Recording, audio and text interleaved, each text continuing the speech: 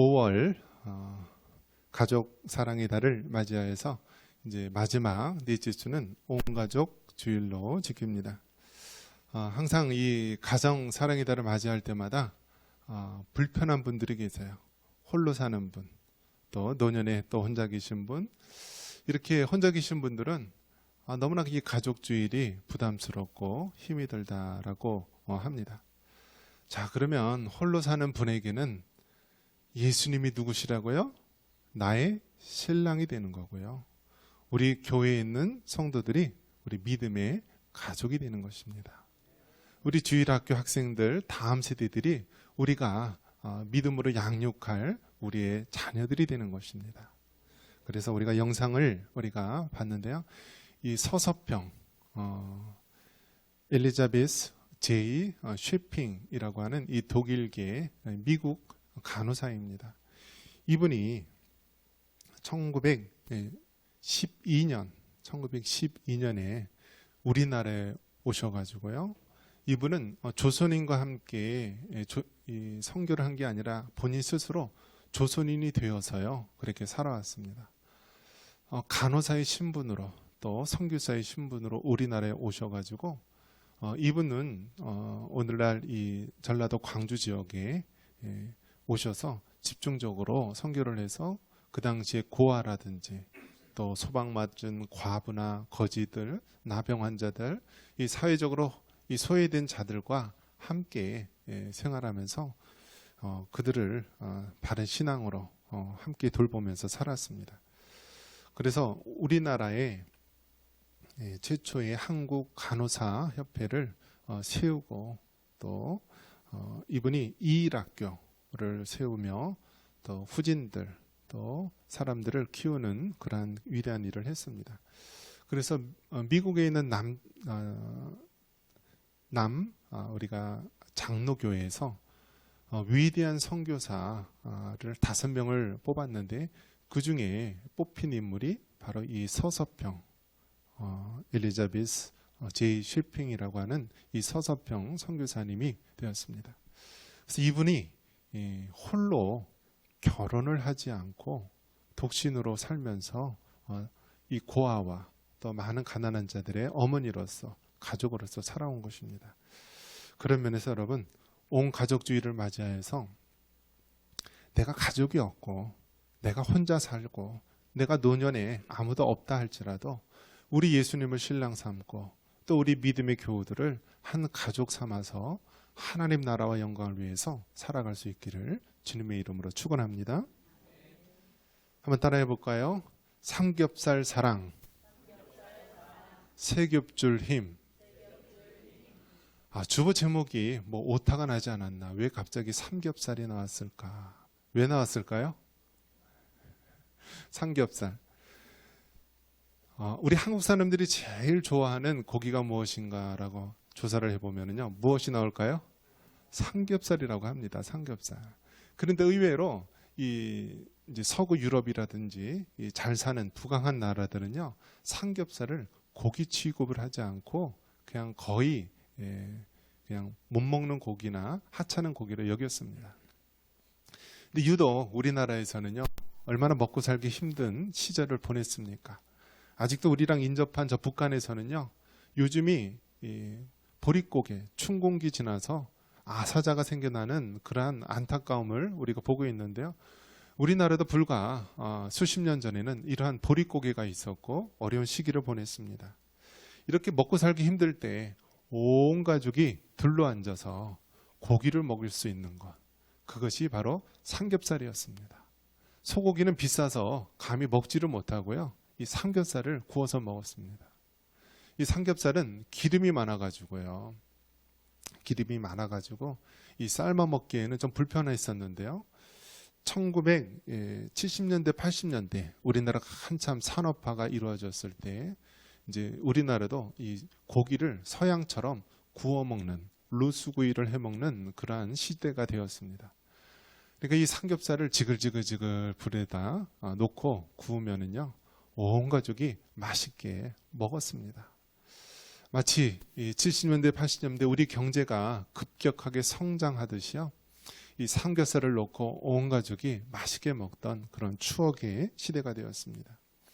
그래서 이 삼겹살이요, 처음에는 세겹살이라고 불렀다라고 합니다. 세겹살로 불렀다가 사람들 사이에 이제 삼겹살이라고 하는 그 이름이 많이 떠오르게 되어서 정식으로 1994년도에 국어사전에 삼겹살이 등재되었다라고 합니다.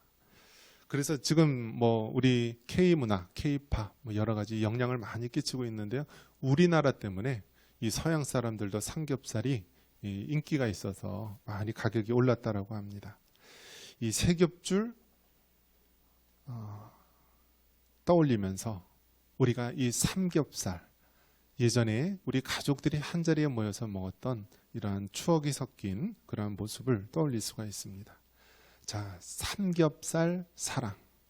이것은 우리가 또 다른 면에서 생각해 본다면 온 가족이 한자리에 모여서 사랑을 나누었던 그러한 세겹줄 힘을 보여줄 수 있습니다. 자, 그런 면에서 우리가 다시 한번 주님 안에서 가족의 의미를 깨닫고요. 또 홀로 우리가 지내시는 분들은 예수님을 우리 남편으로, 또 우리 믿음의 교우들을 믿음의 가족, 우리가 성도로서 맞이하며 살아갈 수 있기를 바랍니다. 성경은 뭐라고 얘기하냐면 아들도 없고 형제도 없이 홀로 있으나 또 이것도 헛되다라고 말합니다. 우리 8절 말씀 한번 같이 한번 읽어볼까요? 8절입니다. 어떤 사람은 아들도 없고 형제도 없이 홀로 있으나 그의 모든 수고에는 끝이 없도다. 또 비록 그의 눈은 부요를 족하게 여기지 아니하면서 이르기를 내가 누구를 위하여는 이같이 수고하고 나를 위하여는 행복을 누리지 못하게 하는가 하여도 이것도 헛되어 불행한 노고로다. 아멘. 아들도 없고 형제도 없이 홀로 있는 그 인생의 모습, 그것을 뭐라고 표현하고 있냐면 나를 위한 불행한 노고의 헛됨을 말해주고 있습니다.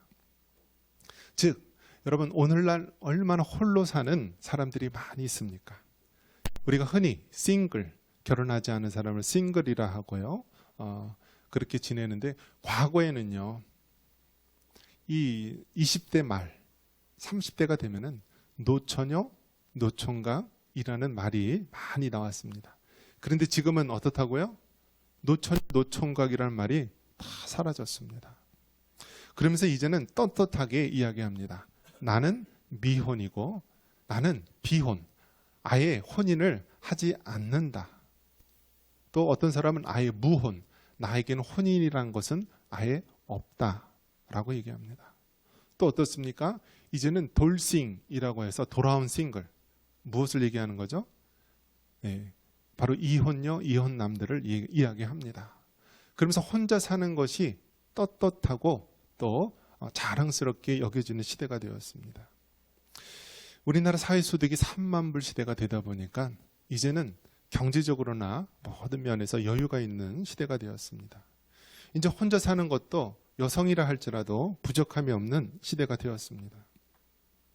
그래서 이제는 모든 초점이 어디에 맞춰지냐면 나 자신에게 맞춰져 있는 것입니다. 무엇을 먹을까? 무엇을 입을까? 어떻게 하면 좀 더 행복해질까? 어떻게 하면 나를 만족시킬까 하면서 모든 초점이 나 자신, 나 개인, 이기적인 우리의 모습을 보여주고 있습니다. 하지만 여러분 어떻습니까? 아무리 나 자신, 나를 위해서 살아가는 것도요, 그것도 한두 번이지 계속하게 되면은요, 질리고 싫게 됩니다. 우리가 TV 프로그램만 보더라도요, 얼마나 먹는 거에 대해서, 얼마나 나에게 쾌락을 주고 행복을 주는 것에 대해서 관심이 많이 있습니까? 그런데 이 모든 것, 무엇을 먹을까, 무엇을 입을까, 나를 위해서 어떻게 쾌락을 안겨다 줄까라고 하는 인간의 모든 수고는 결국 헛되다라고 말씀합니다. 그래서 전도서의 주제가 무엇입니까? 첫 시작이 헛되고 헛되며 헛되고 헛되니 모든 것이 헛되도다. 사람이 헤아려서 하는 수고가 자기에게 무엇이 유익한 거라면서 시작을 합니다. 즉 하나님을 떠난 인생, 나 자신만 알고 나의 쾌락을 위해서 살아가는 인생, 화려한 싱글처럼 보인다 할지라도 그것은 결코 하나님이 기뻐하는 우리의 모습이 아님을 말해줍니다. 그것은 결국 우리의 허무와 우리의 인생의 헛됨을 더 뚜렷이 보여주고 있습니다. 왜 그렇습니까? 하나님께서 우리를 창조하셨을 때는 우리가 두 사람이 한 사람보다 낫다라고 말해주고 있습니다. 우리 9절 다시 한번 읽어보겠습니다. 9절입니다. 두 사람이 한 사람보다 나음은 그들이 수고함으로 좋은 상을 얻을 것입니다. 여러분, 하나님의 창조 질서 속에서 살아가는 것이 우리의 모습입니다. 하나님께서는 해와 달과 별과 모든 삼라만상 우주 만물을 다 지으셨습니다. 그리고 모든 것이 다 짝을 이루며 살아갈 수 있도록 해주셨습니다. 사람도 예외는 아닙니다.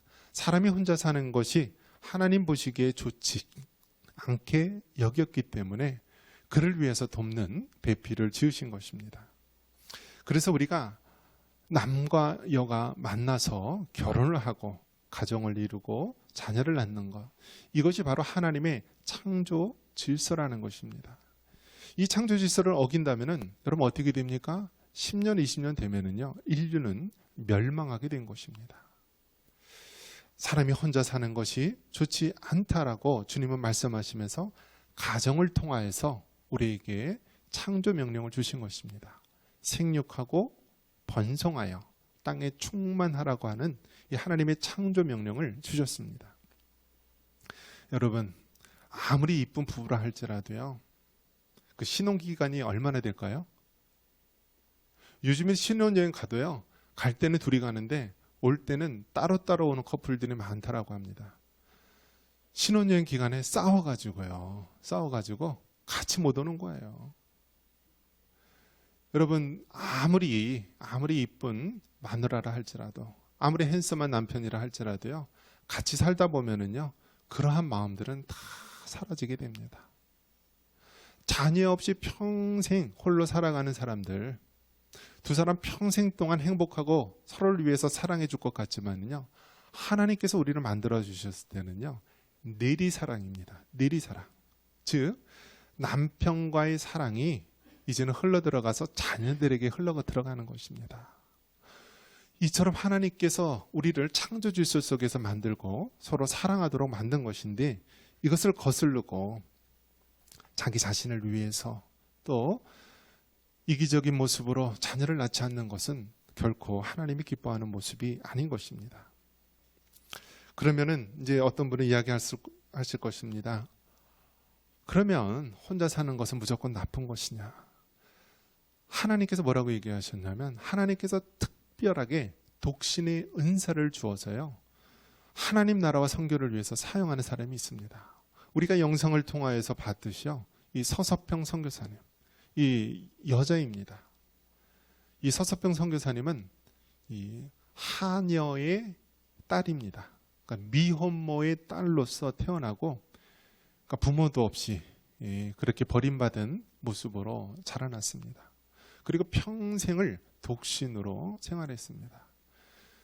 그런데 이 서서평 선교사는 한국에 와서요, 그 고아들과 미혼모들, 또 많은 버려진 여인들, 나병 환자들, 그런 사람의 어머니로서, 가족으로서 살아온 것입니다. 이처럼 특별하게 하나님께서 복음을 위해서, 하나님 나라의 일을 위해서 특별하게 독신의 은사로서 살아가고 있는 사람을 사용하기도 합니다.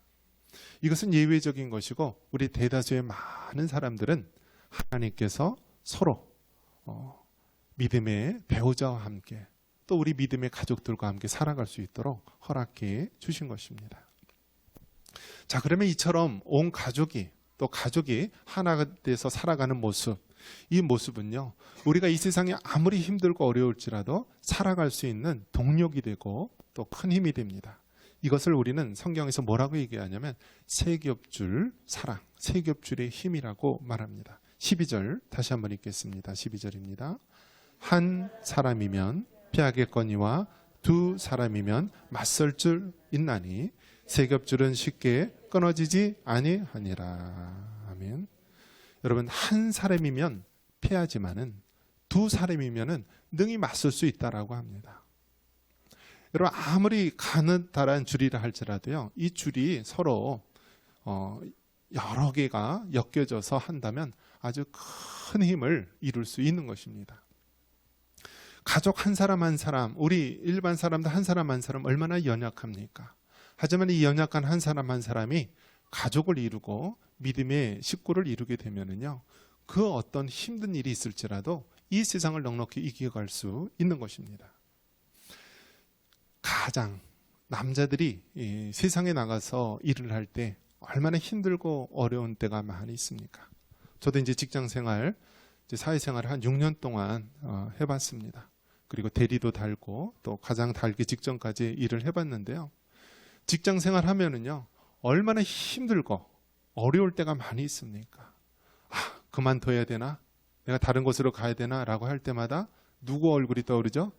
가족들 얼굴이 떠오르고요, 자녀들 얼굴이 떠오릅니다. 그래서 여러분, 이 세상에 있는 모든 남자들, 가장들은요, 정말 위대한 사람들입니다. 그 힘들고 어려움을 다 가족을 생각하면서 이기게 됩니다. 또 엄마들은 어떻습니까? 여자는 약하지만 어머니는 강하고 위대한 것입니다. 그 어머니들, 그 힘들고 어려운 살림을 다 이끌어갑니다. 옛날 어머니보다 요즘 어머니들이 더 힘듭니다. 왜 그렇죠?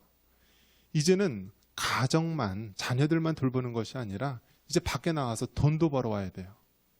그러니까 오늘날 이 어머니 역할은 너무나 더 힘들고 어려운데요, 그럼에도 불구하고요, 아무리 힘들고 어려울수록 가장으로서, 어머니로서 우리는 가족을 이루었기 때문에 살아갈 수 있는 것입니다.